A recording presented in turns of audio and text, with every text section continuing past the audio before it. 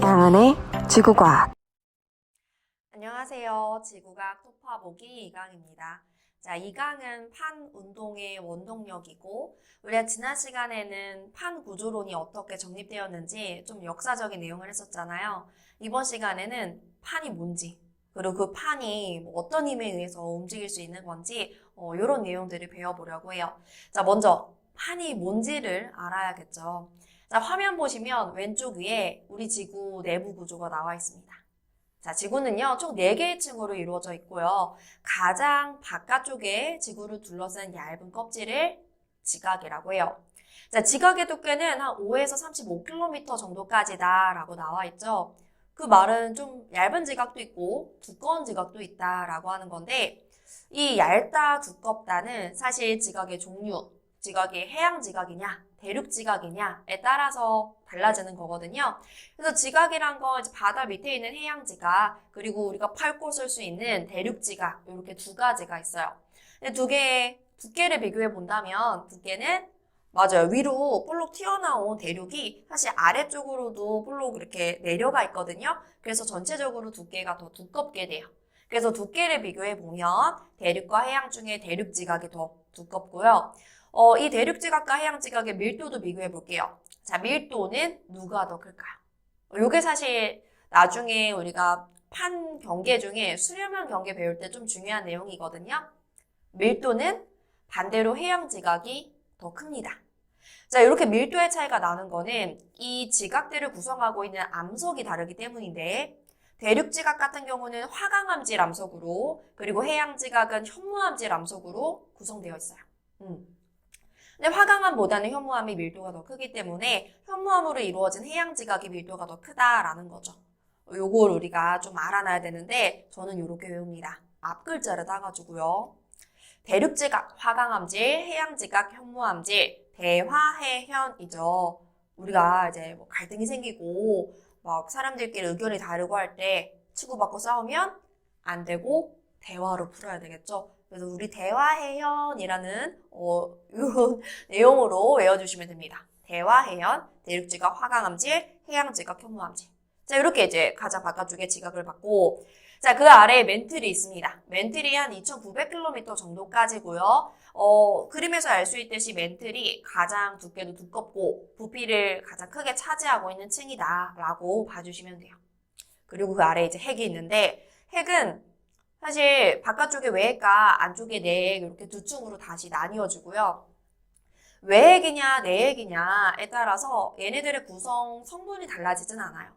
외핵, 내핵 모두 밀도가 큰 뭐 철이나 니켈로 이루어져 있는 건 똑같은데 얘네들의 상태가 다르죠? 자, 외핵은 무슨 상태? 그치, 액체 상태고 내핵이 고체 상태입니다. 그러면 우리 지구 내부의 층을 보니까 액체 상태인 층도 있네요. 사실 이 액체 상태 외핵 때문에 우리 지구에 자기장이 생겼다. 이렇게 우리가 나중에 자기장 내용에서도 나오게 될 겁니다.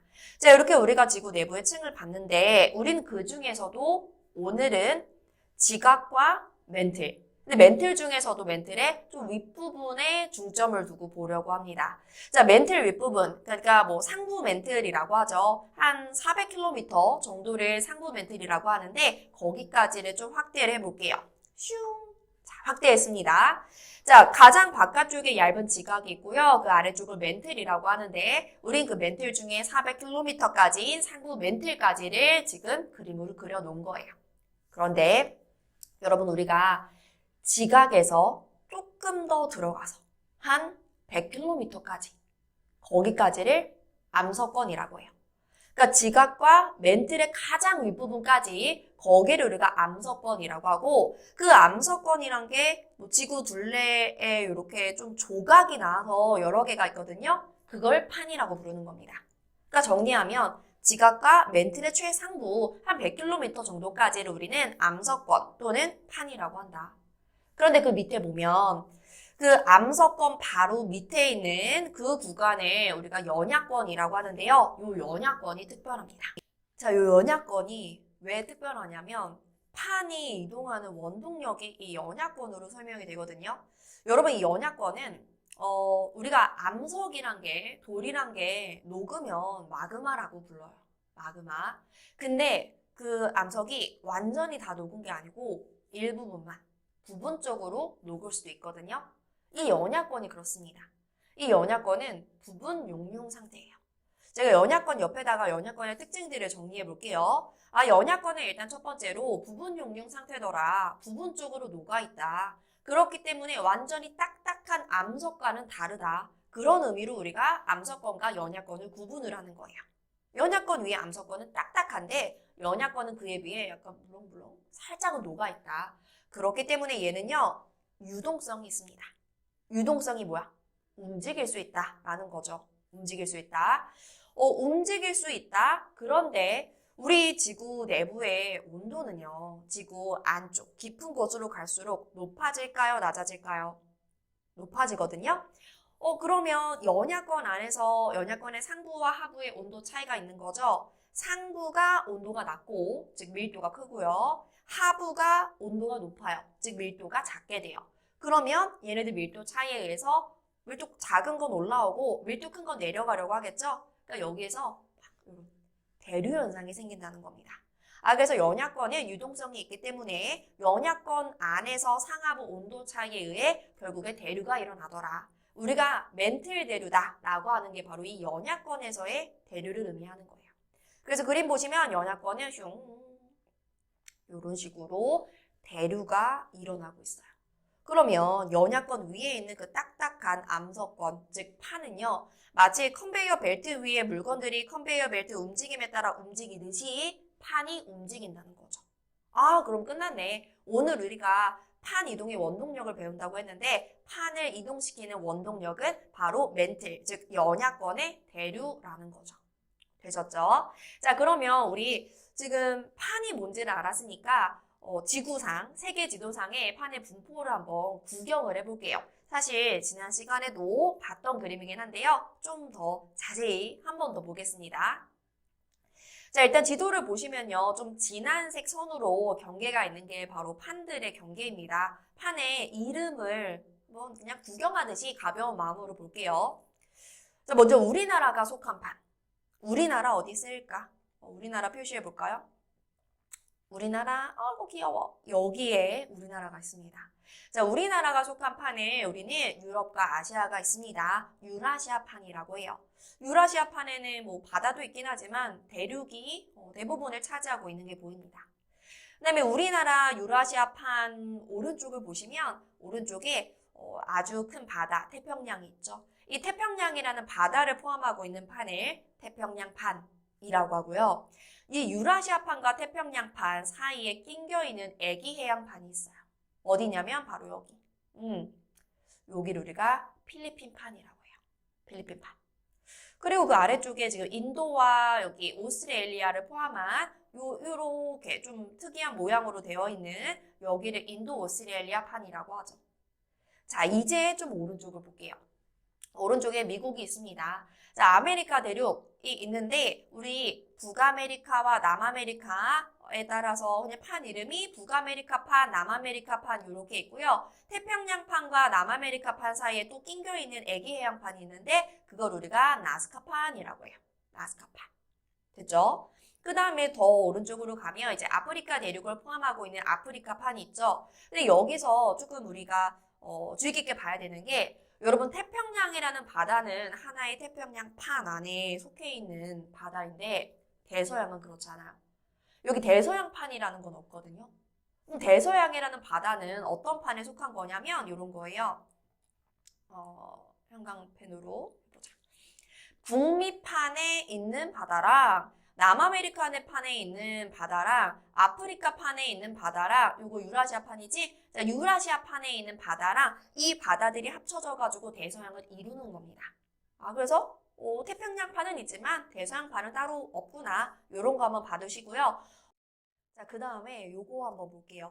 여러분 지금 태평양의 오른쪽, 그러니까 동쪽에 있는 여기 그리고 대서양 한가운데에 있는 좀 색이 겹치니까 다른 색으로, 빨간색으로 여기 이렇게 태평양 동쪽, 대서양 한가운데 있는 요 기찻길 모양을 해령이라고 하거든요. 해령. 그래서 우리가 태평양 동쪽에 동태평양 해령과 대서양 한가운데, 대서양 중앙해령이란 게 있다. 요런 거 여기서 한번 봐주면 좋을 것 같아요. 이렇게 우리가 전 세계의 판들의 분포를 한번 구경을 해봤고, 자, 그러면 이제 오늘의 주제인 판이 왜 이동합니까? 그 판 이동의 원동력을 정리해 볼게요. 사실 아까 다 말했습니다. 판 이동의 원동력이 뭐라고? 멘틀의 대류다. 근데 멘틀 어떤 부분? 멘틀 중에 연약권이다. 그래서 일단 판 이동의 원동력은 첫 번째가 멘틀의 대류입니다. 읽어볼게요. 부분 용융 상태로 유동성이 있는 연약권에서 대류가 일어나고 그 대류에 의해서 위에 있는 판이 이동합니다. 자, 그래서 여러분 그림을 보시면요. 그림에서 지금 멘틀 대류가 진한 남색으로 되어 있는 게 이렇게 올라오는 부분 있죠? 올라오는 부분.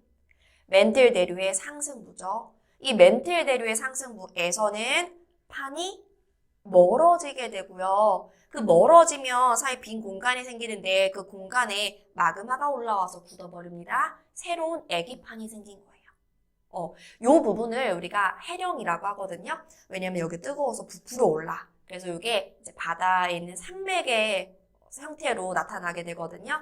그래서 여기를 우리가 해령이라고 부르고 여기선 판이 생성이 되더라.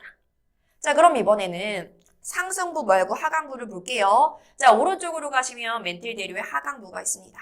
자, 멘틀 대류의 하강부, 여기서는 해령에서 만들어진 판이 점점 이동하다가 이 하강부에서 아래쪽으로 내려가게 돼요. 이 내려가는 거 우리는 섭입이라고 해요. 아래쪽으로 점점점 섭입하게 된다. 자, 여기에서 이제 기존의 판이 섭입하면서 죽게 되는 거거든요. 꽥 소멸하게 되고 여기를 바닷속의 깊은 틈이다 라고 해서 해구라고 부릅니다.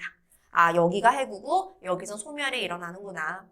오늘은 그냥 멘틀 대류 상승부는 해령이고 판이 만들어지는 응에 태어나는 장소고 멘틀 대류 하강부는 판이 후욱하고 소멸하는 꽥 죽는 장소고 여기를 해구라고 한다. 이 정도만 봐두시면 돼요.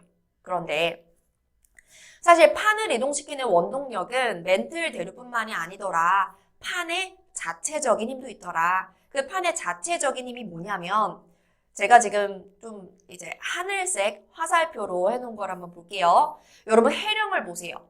해령을 보시면 해령에서는 새로운 판이 그 공간을 채우면서 기존에 있는 판을 밀어내게 되겠죠. 그래서 해령에서 판 자체적으로 기존 판을 밀어내는 힘이 있고요. 자, 그 다음에 해구 쪽에 가면 해구에서 여기 아래쪽으로 섭입된 가라앉은 판이 이렇게 쌓이게 돼요. 쌓이게 됩니다. 근데 얘는 이제 점점점 이렇게 이동해 오면서 얘가 식어가지고 차갑거든요. 차갑다는 건 밀도가 크다는 거죠. 밀도 큰 판이 쌓여서 끌어당기는 거예요. 여기서 밀도가 큰 이 판이 끌어당기는, 잡아당기는 힘이 있습니다. 이것도 대류와는 별개로 판의 자체적인 힘인 거죠. 그리고 제가 여기 쓰지는 않았지만 이런 힘도 있어요.